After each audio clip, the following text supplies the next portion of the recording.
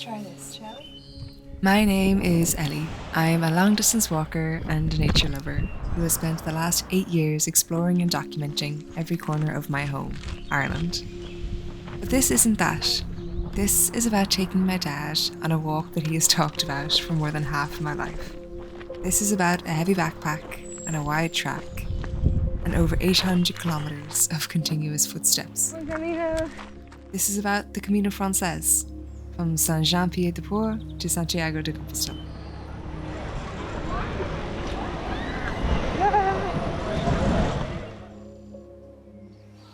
Welcome to Saint-Jean-de-Pied-de-Port. That's not how you say it, but okay. The French side of the Pyrenees mountains. And I guess I'm recording this on day 0 of the Camino Frances. Tomorrow we're going to walk out, crossing the Spanish border and starting the French way and walking 770 something kilometers from here to Santiago de Compostela. At least, that's the plan.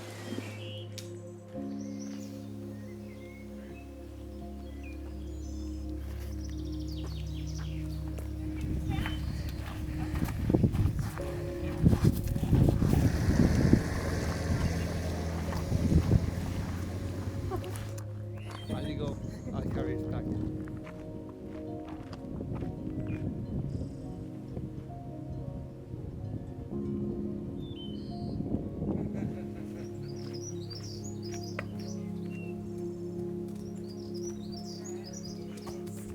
Good girl.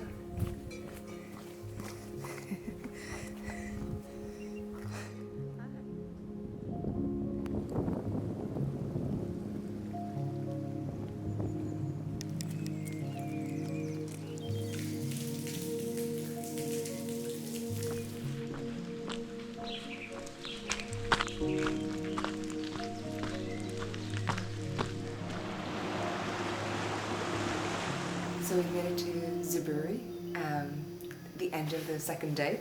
Today was a very, very Irish day in that it was raining, but the greens were really vibrant. It felt kind of like home. We've already made quite a few, I guess, Camino friends. It's funny, it's almost like a level of like trauma bonding. In a way, it's like when you go through hardship with somebody, they see you in a more vulnerable position and you see them being vulnerable, and I feel like it builds levels of trust faster. And nobody's out here looking particularly glamorous. So yeah, it's just really interesting to experience that again. We all come from such different backgrounds and different levels of experience and fitness and everything, but everyone's making it to the end of the day. Everyone's feet are feeling whatever level of tired they are, and yeah, it's just been a really nice experience so far. Tomorrow we make it to Pamplona, and I think the albergue or refugio there is quite a cool one. It's inside a big church.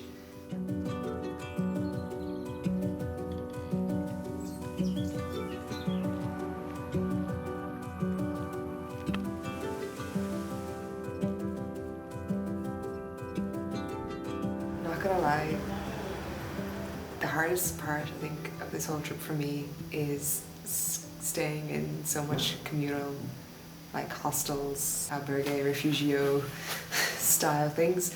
I'm not a particularly heavy sleeper, and it's just human nature that there are a lot of snorers out there.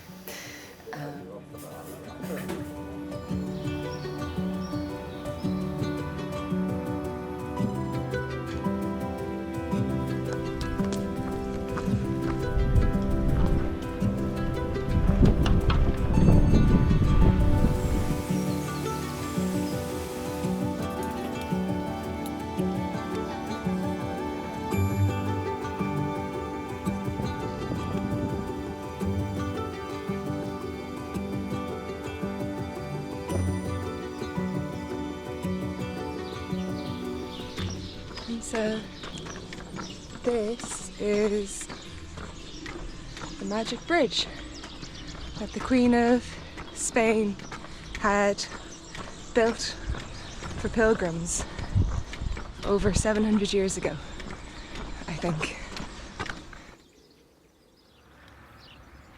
Extract from my journal of day 5.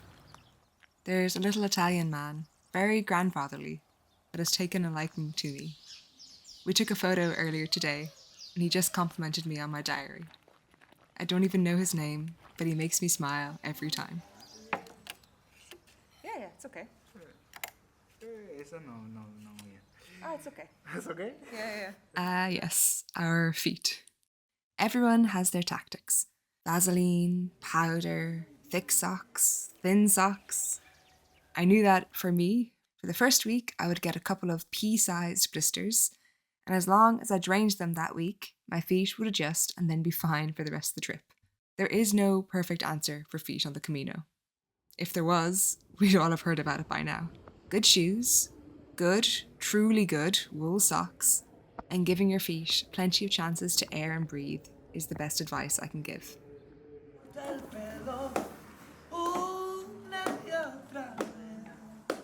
This Camino Santiago. This. Yeah. Walking, yeah, pero this. Wait, see.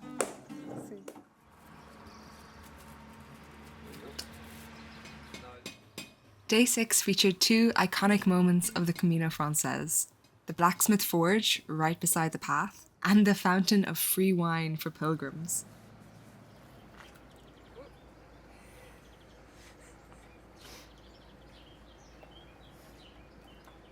It's actually not bad. Not bad for breakfast at 8 o'clock in the morning or 7 o'clock in the morning. There we go. Today was also the first, but most certainly not the last day, where we deviated from the standard recommended guidebook stages. We walked a little further and then had the benefits of staying in a quieter town. It was also our first thunderstorm of the trip. Feels like home, Ellie. Yeah, kind of does, to be honest. There we go.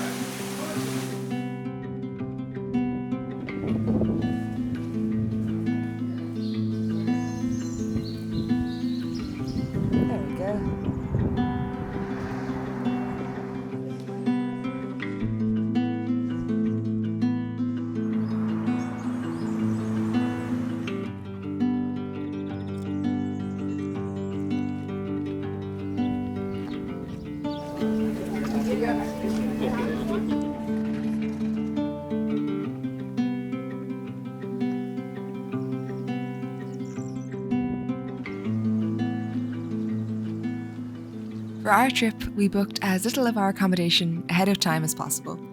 This was the only day that we suffered for it. The albergue at 22 kilometres felt too easy, but then the next 2 were closed, and the 2 after that were full. Walking over 35 kilometres in a storm was not part of the plan, but it became part of the story.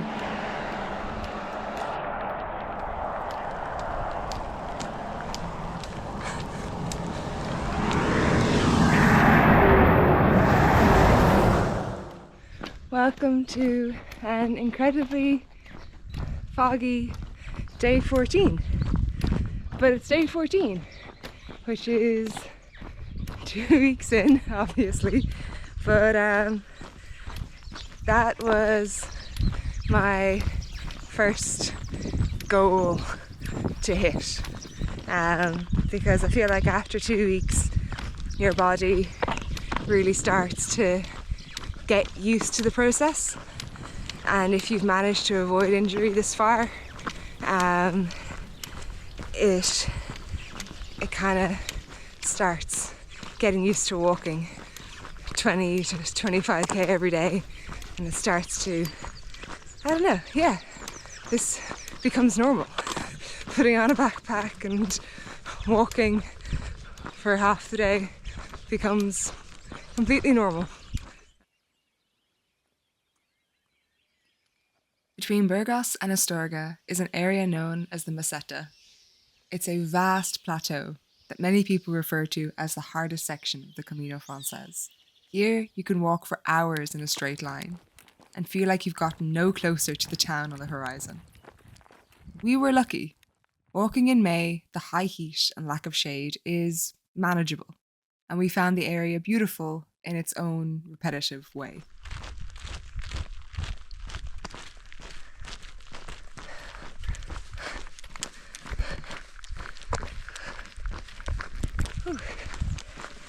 Yeah, I'm on the Pilgrim Highway right now, basically. It's really interesting how this trail has become so well developed.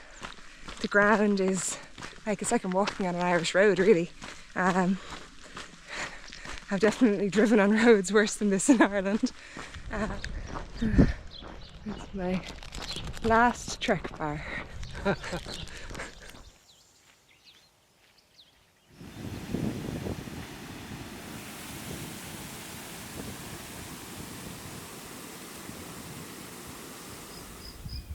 I really thought I might be overwhelmed by the volume of people, but after Pamplona and then after Logroño, it's all kind of petered out a bit, mellowed out a bit. We're all kind of stretched between all the towns, and different people with injuries or time limits or whatever. It's not as hectic as it was. It's a lot more manageable. And it's kind of magic when you haven't seen somebody for a few days and they walk into the town while you're sitting there having your coffee or whatever, and you get to share that moment of what stages did you do, how did you do it, how are you feeling, how are your feet.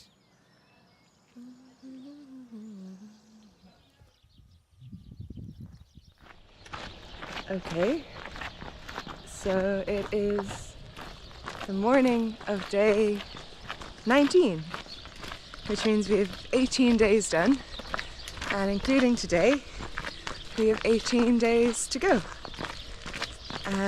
Yesterday we passed a sign saying the Centro de Camino,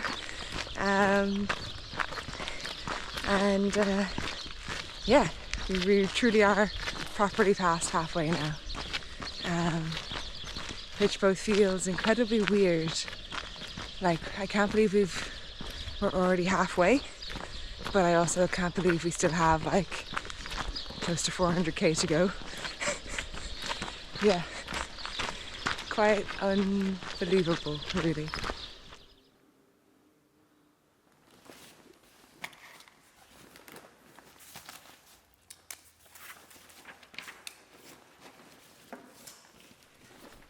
So we have left Saragoon and we have taken the alternative route, which brings you along beautiful old Roman roads that have been here for thousands of years.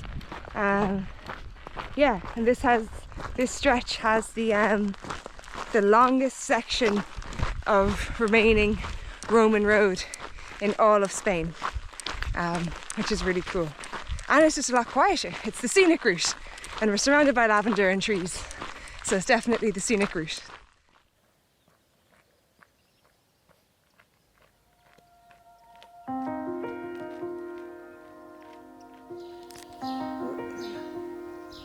It's funny, when I filled out the form at the beginning and it asked like what was your reason for pilgrimage, I ticked the culture box because I was really interested in learning about the history and everything, but I feel like there's a whole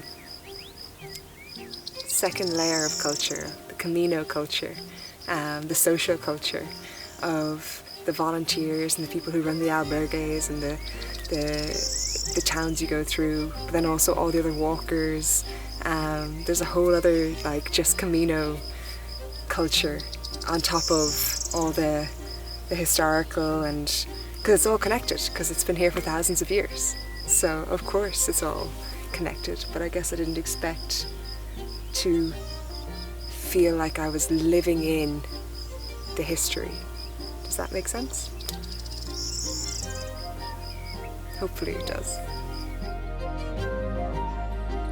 Ah, okay.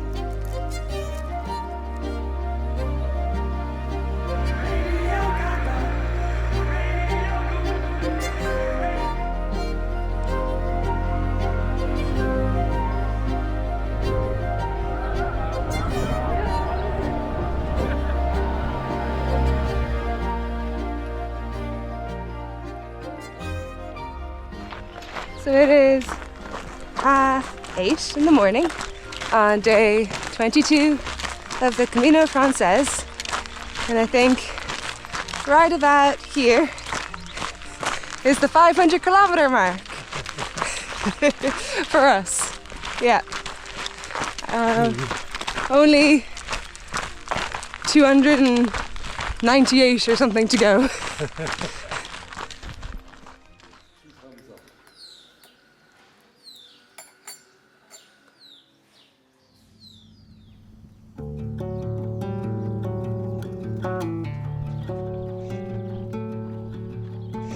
As the end of May crept up upon us, an important date began to loom.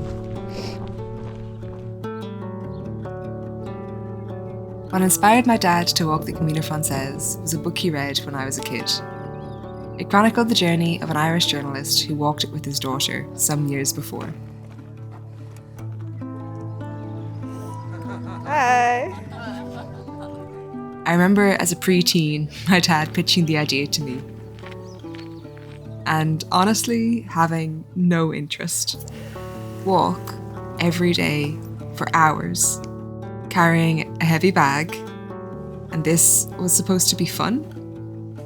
I'm glad my dad didn't push it back then, because walking it with him right now felt like the right time in both our lives. On day 25 of our walk, we reached the Cruz de Ferro, the Iron Cross, the highest point on the Camino, for my dad's birthday.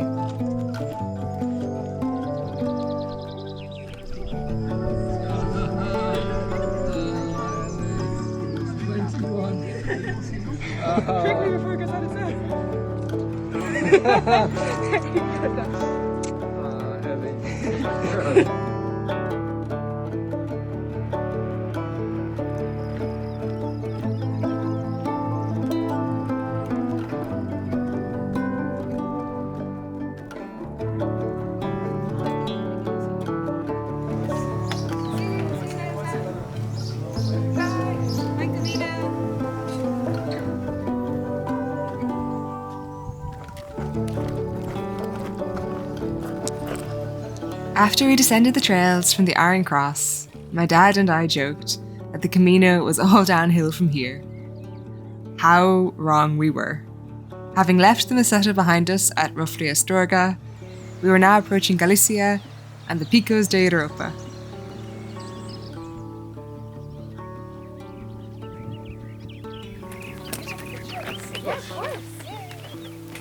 Yeah, you have better skills than me. Yeah, okay, sit down.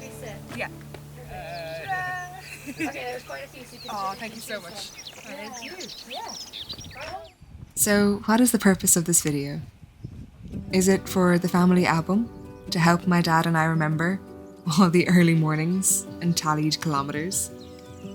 Is it all in vanity, to get kudos from other people online for going on a long walk?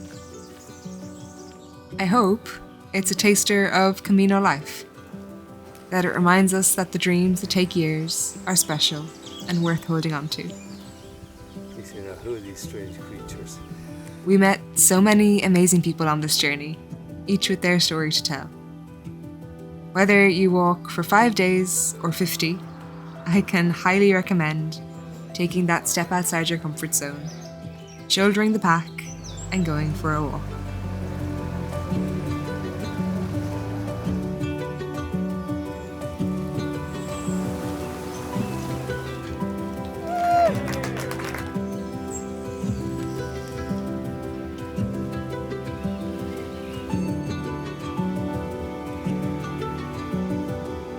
A little before lunchtime, on day 34, I think this is Ellie. We're here. my dad and I made it to the Cathedral de Santiago de Compostela. In classic Irish fashion, it was raining.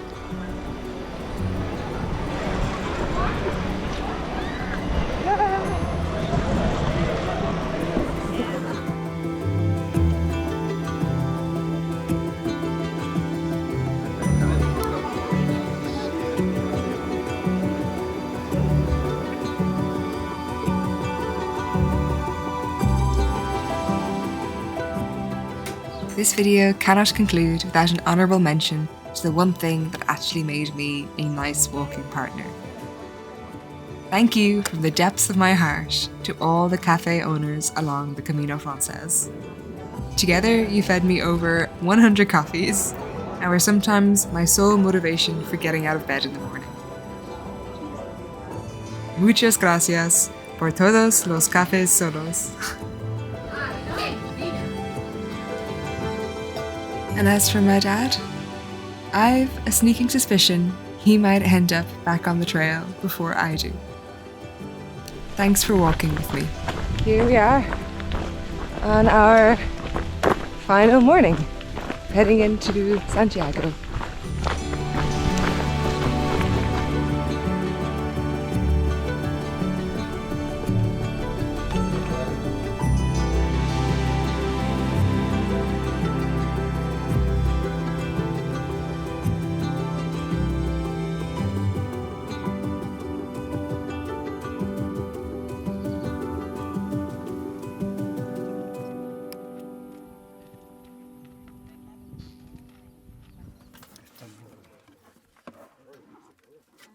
Vuelo aquí encima, aquí. Sí. ¿Dónde lo quieres? ¿Aquí? Sí.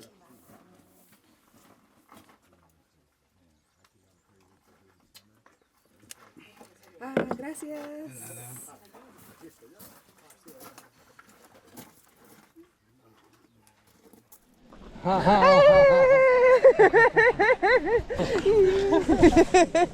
Have a nice day. Thanks, you too.